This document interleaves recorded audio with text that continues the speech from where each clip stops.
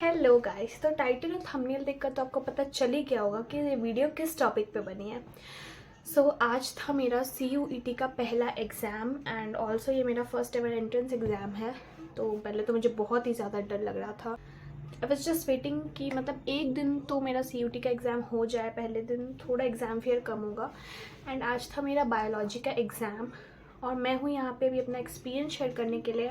And मेरे video से शायद आपकी थोड़ी हेल्प हो जाए कि क्वेश्चंस कैसे पूछे जा रहे हैं, पैटर्न कैसा है, difficulty level and everything.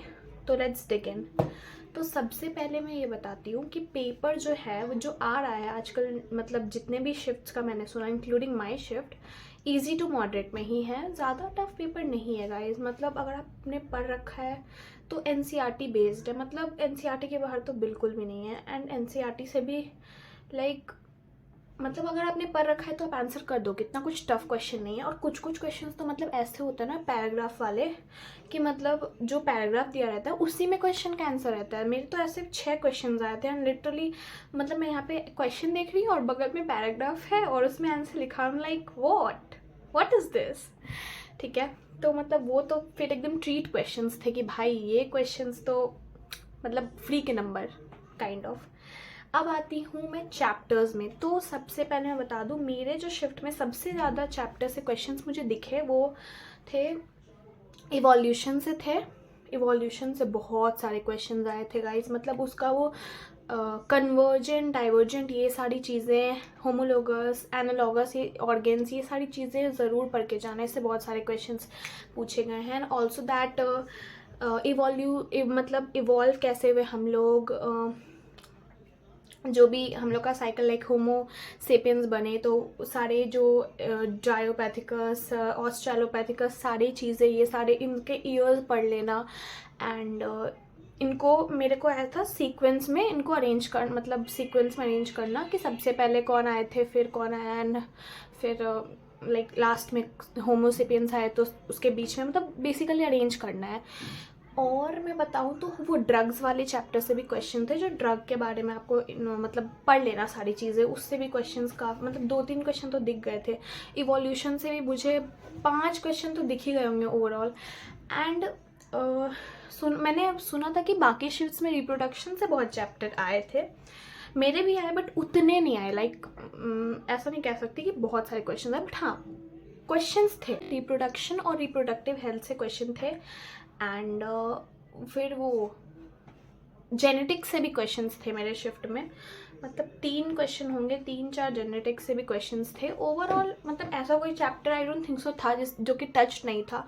XC2 in C2 जो लास्ट चैप्टर में है बायोडाइवर्सिटी एंड कंजर्वेशन, वो ज़रूर पढ़ लेना। उसमें मेरे लाइक 2 क्वेश्चन मेरे को बिल्कुल याद नहीं आता। उसका एक क्वेश्चन था और एक और चैप्टर का था, वो मुझे याद भी नहीं है।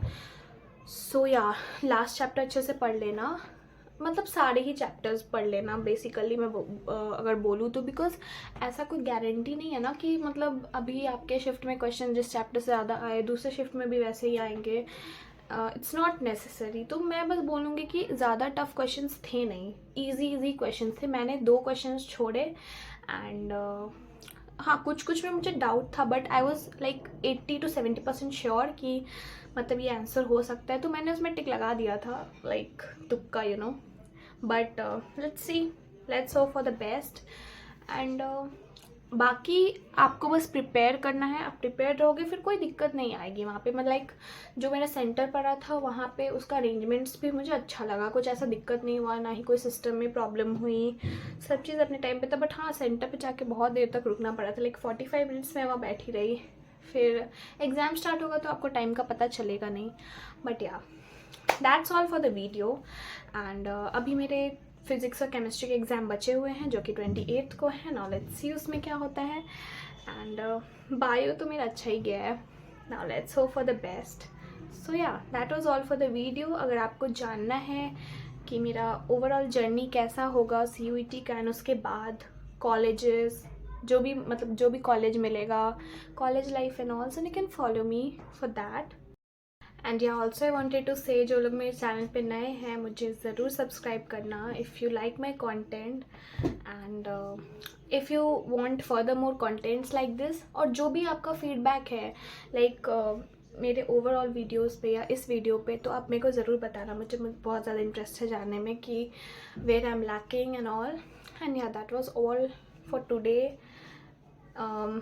बस मैं आप सभी को जिसका CUT का एग्ज़ाम्स बचा हुआ है, बहुत तो के तो हो गए हैं, जिसके बचे हुए हैं उनको बस बोलना चाहूँगी ऑल द बेस्ट। और बिल्कुल भी डरो मत, मैं भी बहुत ज़्यादा डरती थी बट एज सच कुछ था नहीं, मतलब एग्ज़ाम फियर तो मुझे भर के है मेरे अंदर, बट मतलब पढ़ोगे तो हो जाएगा, बस मेरा कहना यही है, पढ़ो। बाकी तो मतलब एग्ज़ाम का अगर आप लेवल का बात करो तो मुझे लग रहा था मेरा शिफ्ट थोड़ा बाद में है, तो कहीं मेरे एग्ज़ाम्स मतलब टफ़ ना हो जाए, कहीं मेरा शिफ्ट टफ़ ना कर दे ये सोच के कि ज़्यादा टाइम मिल रहा है प्रिपरेशन के लिए, बट ऐसा कुछ नहीं हुआ। मतलब जैसा मैंने सबका सुना एंड जो भी लाइक शिफ्ट्स पे एक्सपीरियंस बताते हैं ना जो टीचर्स एंड ऑल, जो भी लाइक यूट्यूब पे बता रहे थे कि मतलब क्वेश्चंस की जो शिफ्ट में पूछे गए, मुझे भी अपना सिमिलर ही लगा, मुझे ऐसा सच कुछ लगा नहीं कि बहुत ज़्यादा टफ क्वेश्चन आ रहा है। तो ये डाउट बिल्कुल भी मत रखना कि मतलब मेरा शिफ्ट बाद में है तो मेरे क्वेश्चन टफ हो सकते हैं, प्रोबेबिलिटी ही है बस कि मतलब हो जाए, बट ऐसा कुछ श्योरिटी नहीं है कि टफ ही होंगे। आई डोंट थिंक सो होंगे, मेरा एग्ज़ाम देने के बाद तो मुझे नहीं लगता है। बाकी all the best for your exams and या दैट्स इट।